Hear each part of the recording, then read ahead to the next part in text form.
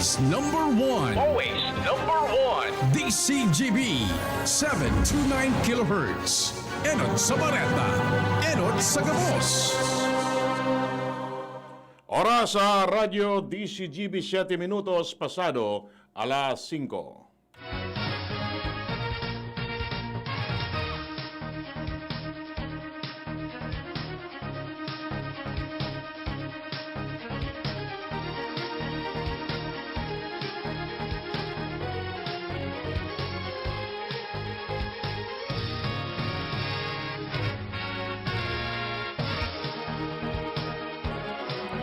Maray na hapon mga tugang oya po ang mga barata ngunyan para sa agadigdi sa Radyo DCGB. Mga barata maruluwas sa aga sa mga dyaryo nasyonal.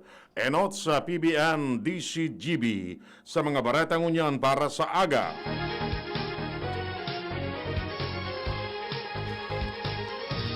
Enot ang barata halid dyan sa luwas si Luens Barcena. Luens kamen. Nangangapudan si Punong Barangay Armando Toledo kan Barangay Bugtong, Legazpi City na magparelista na sa Saindang Barangay Hall ang mga residente na mauot na makisabayan sa pagpabakuna kontra COVID-19. Ini ang ipinagpaabot na impormasyon sa DCGB News ni Kapitan Toledo na kung saan seryoso manan sa indang barangay sa pagtabang daw sa lokal na gobyerno kan Legazpi maging sa gobyerno na makurtar ang patakot kan COVID-19 sa paagi kan pagpapakuna. Siring man kung matatandaan, ang Department of Health nagkuha naman ni dagdag pang mga bakuna tangani ng i-inject ini sa mga dapat na ma-injikan nin bakuna. Asin na sa ngunyan, susog kaya Toledo, ang pangapudan niya manggiraray, maski may mga siring kining lakdang na magpapabakrakuna na ang mga nagkapira mga residentes, nangangapudan manggiraray siya sa mga taga-bugtong na iwasan ang pagparabalgar kan minimum health protocols nga ni na maibitiran ang pag-urulakitan kang nasambitan ng helang dahil ang tasusugani sa pakikipagulay kan DCGB News kay Dr. Rita Angbon kan Department of Health as in COVID-19 vaccine spokesperson. Ako na din nakakasiguro na maski nakabakuna na mauulakitan ng COVID-19. Dagdag na bareta, ako po si LBB. Miyaras tanto dagdag pang barata ali maggararagyan sa luwas si Jimmy Nasalita. Jim kamen. Kung dati baga sa pinagtatao ni ABC Federation President Cap Nunoy Adrian Salceda kan Pulangi sa mga pigbubunyagan asin na pigkakasal, ngunyan nagbago na, imbis bagas kas na. Ay isa na ninigsaktong kantidad kon pera ni pigtatao bilang kaugmahan kan ABC Federation President na makapag-opreser ni tabang magtao ni napasakatan o pasipunan sa mga naglalaog sa pagpapamilya.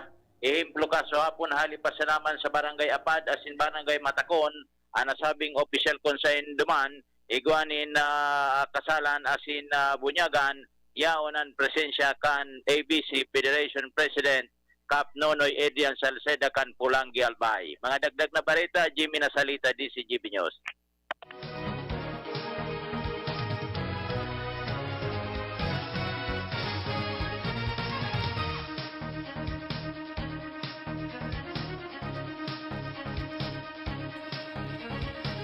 Naipalawas na kan Department of Budget and Management ang 3.5 trilyon pesos na fundo na nakapalaman sa 2021 national budget sa primerong quarter kan presenting taon.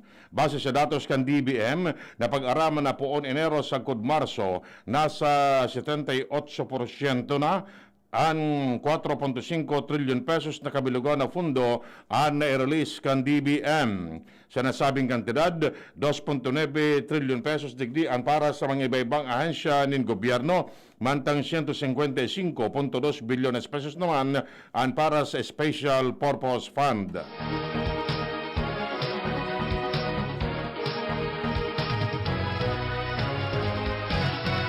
Pipatutukan kan Octa Research Group ang gobyerno sa distribusyon ng limitadong supply ng coronavirus o COVID-19 vaccine sa mga lugar na igwang halangkaw na kaso arugan Metro Manila asin Calabarzon. Sigun ini kay Octa Research Professor Ranjit Rai, na nagsabing masumitersinda sa gobyerno una na simana ni sadiring vaccine model kung saan pwedeng gamiton kan gobyerno ang risk-based approach. Nangangahulugan ini na iinoton dapat na maturukanin ang gabos ng mga healthcare workers, mga gurang, asin mga individual na may comorbidities. Sinabi Piniray na dapat man matawan ni atensyon ang NCR asin capital o kaya Calabarzon para maabot ka nasyon ang herd immunity asin ang posibilidad na magbaba ang kaso ni COVID-19. Suportado man kan Octa Resource Group ang risk-based approach para sa alokasyon ng mga bakuna alagad pwedeng ipautob kan gobyerno ang pag-reallocate kan spaces dalan man sa kakulangan ng supply ng bakuna asin pagpirit na sigurare bukasan ang ekonomiya kan nasyon. Sigun kay Ray posibleng magreklamo digdi ang ibang reyon alagad tinawan niya nindoon na may paparehas ang pandemic sa sarong alas na kung iinuton putulon ang payo dako ang tsansang magkaiguainin nin mahiwas na epekto sa laban kontra sa COVID-19.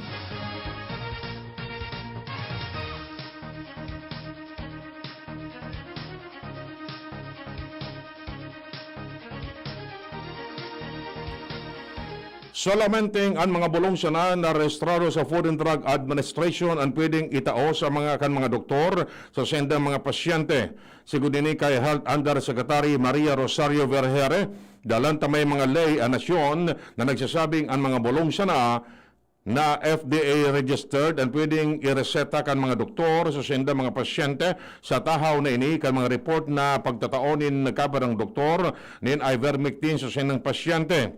Piglinaw man ni FDA Director General Eric Domingo ng Compassionate Special Permit na ipigtao dinda sa sarong hospital para gamiton na ivermectin alagad din nangahulugan na product registration kening. Base sa probisyon kan CSP, sinabi ni Domingo na solamente ang mga hospital sana ang pwedeng maggamit ng ivermectin, kaya ang mga doktor sana ang partikular na ospital ang pwedeng magtao kini sa mga pasyente na hali man sa parehong hospital.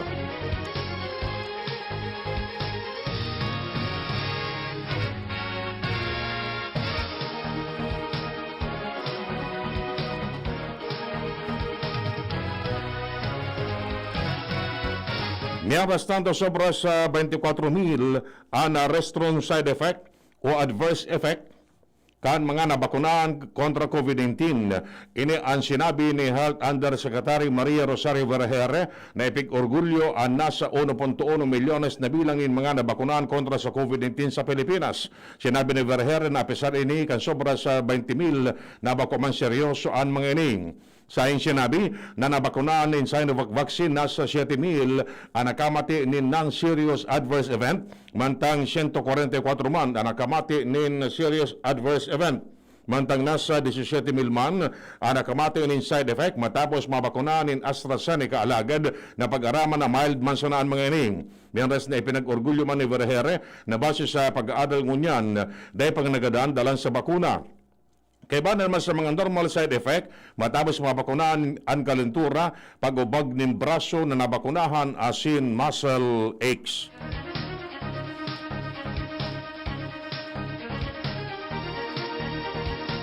Harayo sa katotohanan, siring kani ang pagsaladawan ni bayan muna Secretary General Renato Reyes sa naging pahayag ni Presidential Spokesman Harry Roque. Maray na ang COVID-19 response kang gobyerno. Sigung kay Roque, iguanang improvement pag-abot sa COVID-19 response kang gobyerno kung kaya okay na ang testing, tracing asin healthcare system kang gobyerno. Sigun kay Reyes, hariyo sa realidad ang pahayag ni Roque dahil kung sisirepon ang mga hospital dahil nakikaya kan mga healthcare workers ang kadakol na pasyenteng pigtatamaan kan COVID-19. Sinabi niyang surupay na asin difisilo na ang pag-admitir sa mga hospital dalan sa kakulangan ng mga healthcare workers sa nasyon. Apero digdi, tinawanin doon ni Reyes na hababa o kulang pa ang bilang kan mga natetest dalan tahalangkaw ang positivity rate sa Pilipinas.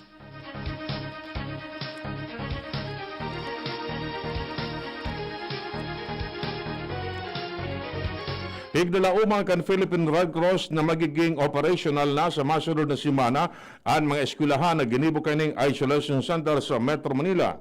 Ini ang sinabi ni PRC Chairman, Chief Executive Officer, Senador Richard Gordon, tanganing maiwasan na makaulakit sa iba pang asymptomatic patient alagad, kay ponindang siguro ang sanitasyon kanasabi mga eskwelahan para mas sa mga pasyente.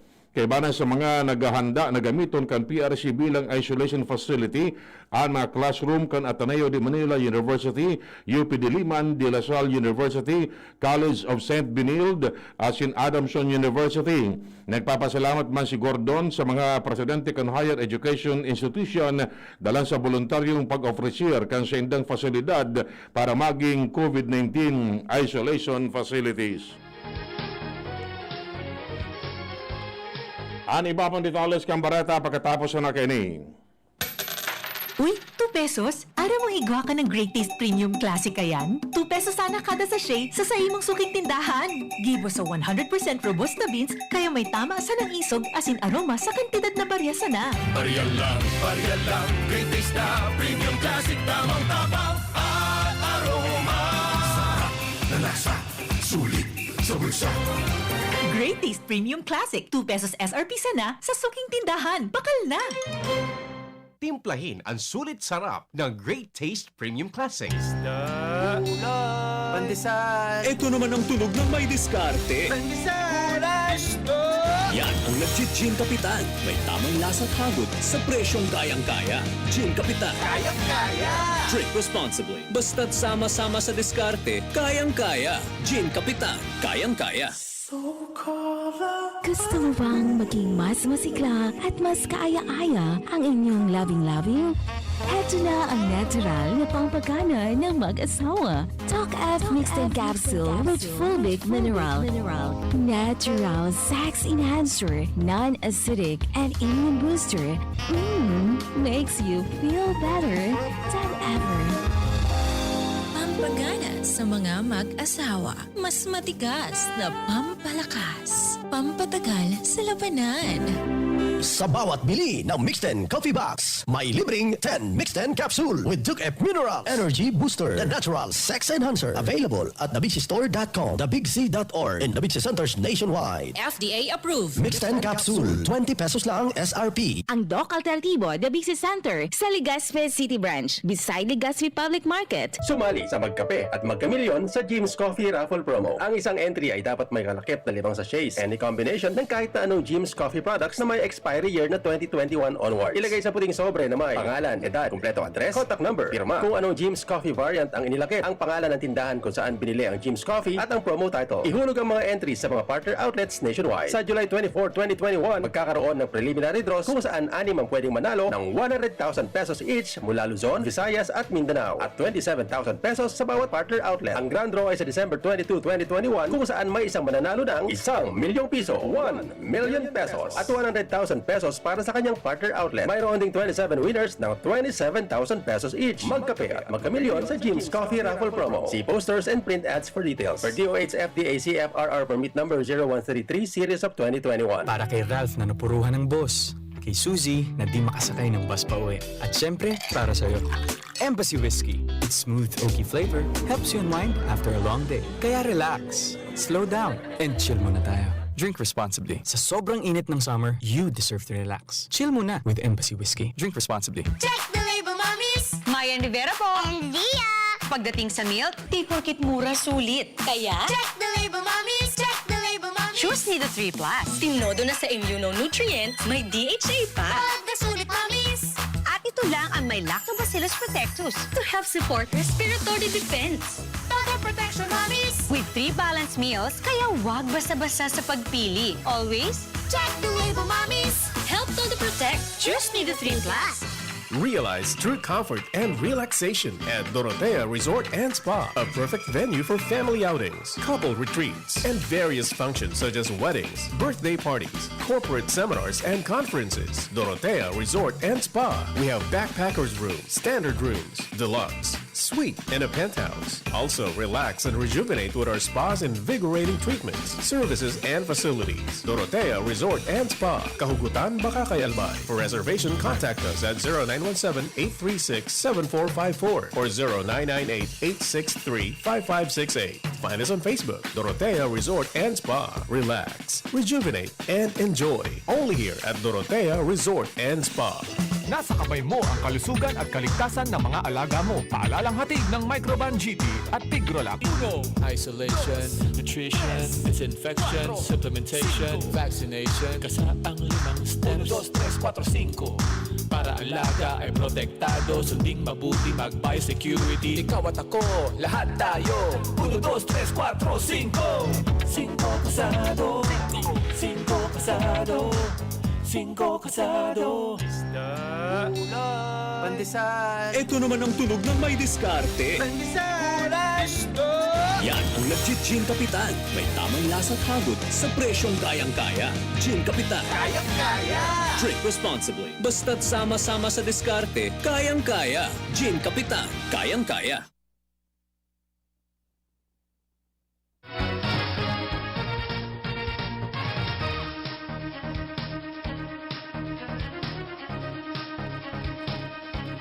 Iba pang detalles kan Bareta sa Lado Nacional.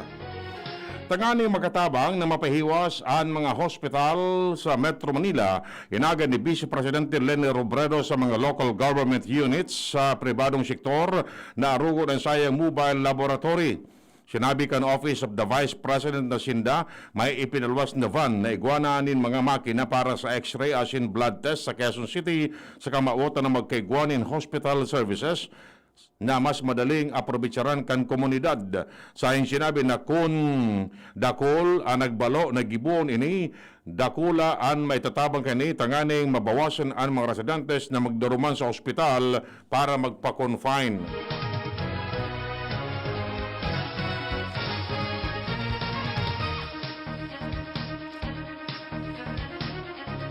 Nangapudang giraray si Senador Sherwin Gatchalian sa gobyerno kay riba na ang Department of Education na pagkusugon ang kamugtakan kan mga paratukdo sa tahaw kan nagpapadagos na patakot kan COVID-19 sa sektor kan edukasyon. Inesayang pahayag matapos na 5 personalis kan DepEd sa Isabela ang nagadaan dalan sa COVID-19. Sa sinabi naman tang padagos ang pagdakol kan kaso ng COVID-19 sa nasyon, dapat mas lalong pagkusugon man kan DepEd ang pag-asakaso asin pag-ataman sa mga paratokdo na minasakripisyo kan sendang kaligtasan asin salud para may padagos ang pag-aadal kan mga estudyantes.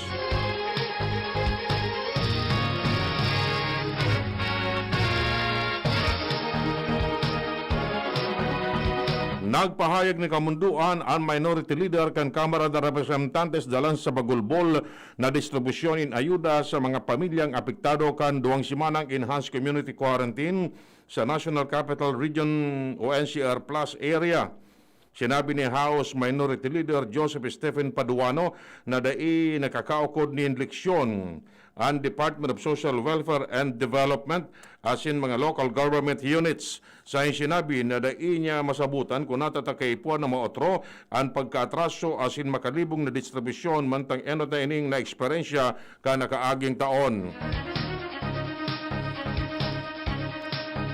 Nagkasundo ang mga senador na magsumitir ng joint resolution kay riba ang mga miyembros kan Kamara de Representantes parang pawarang saysay ang Executive Order number 128 ni Presidente Rodrigo Duterte. Ang EO 128 pinaboran kan Malacanang ang rekomendasyon kan Department of Agriculture na ibaba ang tarifa sa mga imported pork products asin sasabihan ini nin paglangkaw sa minimum access volume para magdakol ang mailaog na karning urig hali sa ibang nasyon. Sinabi ni Senador Amy Marcos na posibleng bawion o palamuyon kan Malacanang ang EO 128.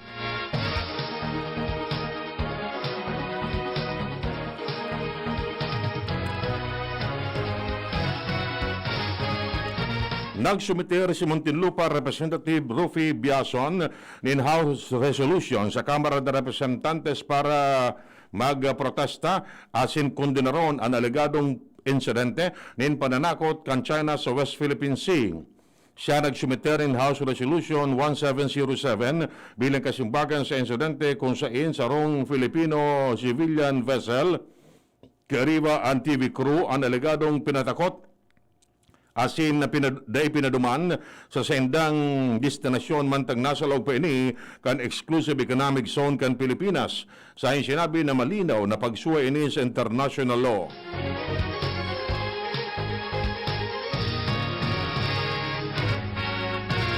Naniniwala si House Deputy Minority Leader asin bayan muna Representative Carlos Zarate na mas magiging mainit ang tensyon entre kan Estados Unidos asin China sa balikatan military exercise entre kan Amerika asin Pilipinas sa Abril 23.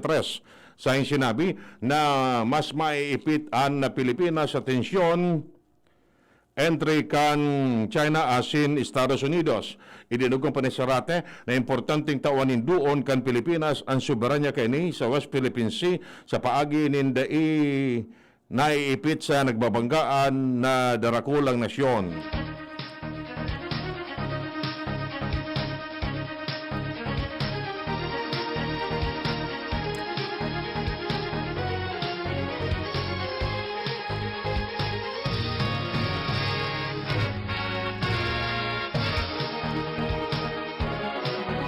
Pinalibre na ang 15 crew members kang sarong chemical tanker kung saan kaibanan ang nagkaparang Pinoy matapos dukuton sa Gulf of Guinea. Sarong bulan na ang nakakaagi. Siguro ni mismo sa Dipoli Tankers, Dutch owner ka nasabing tanker na nagsabing naugmasinda dahil sabay-sabay na pinlibre kan Marso 11 ang kapos na 15 officers asing crew members kan barko na David B. Siniguro kan Dutch owners na ligtas at pwede nang makauli sa kanya-kanyang mga pamilya sa East Europe asin Pilipinas asin nagpuon na makarecover sa eksperyensya ninda sa ang mga seafarers. Ang Maltese registered chemical tanker nagdalalig pasisiring sa Lagos, Nigeria, hali sa Latvia, kan sa kedahon kan mga pirata asin hinostage ang crew kaini. Sigun sa International Maritime Bureau, sobra 95% kang kapos ng mga maritime kidnappings kan sarong taon ang nangyayari sa nasabing Gulf of Guinea. Iyan mga tugang ang detalyas ka mga baratang unyan para sa agadigdi sa Radio DCGB. Sa pag-arakan mga pag-ariba, Manito Tanya Solado Technical. Ako po si Edwin Peral nagsasabing mabalos kang sino bagantabay. May bago! Ang biggest ever Bear Brand 2.4 kilogram pack! Biggest to na Bear Brand, biggest to. 120 pesos savings! Sa bagong Bear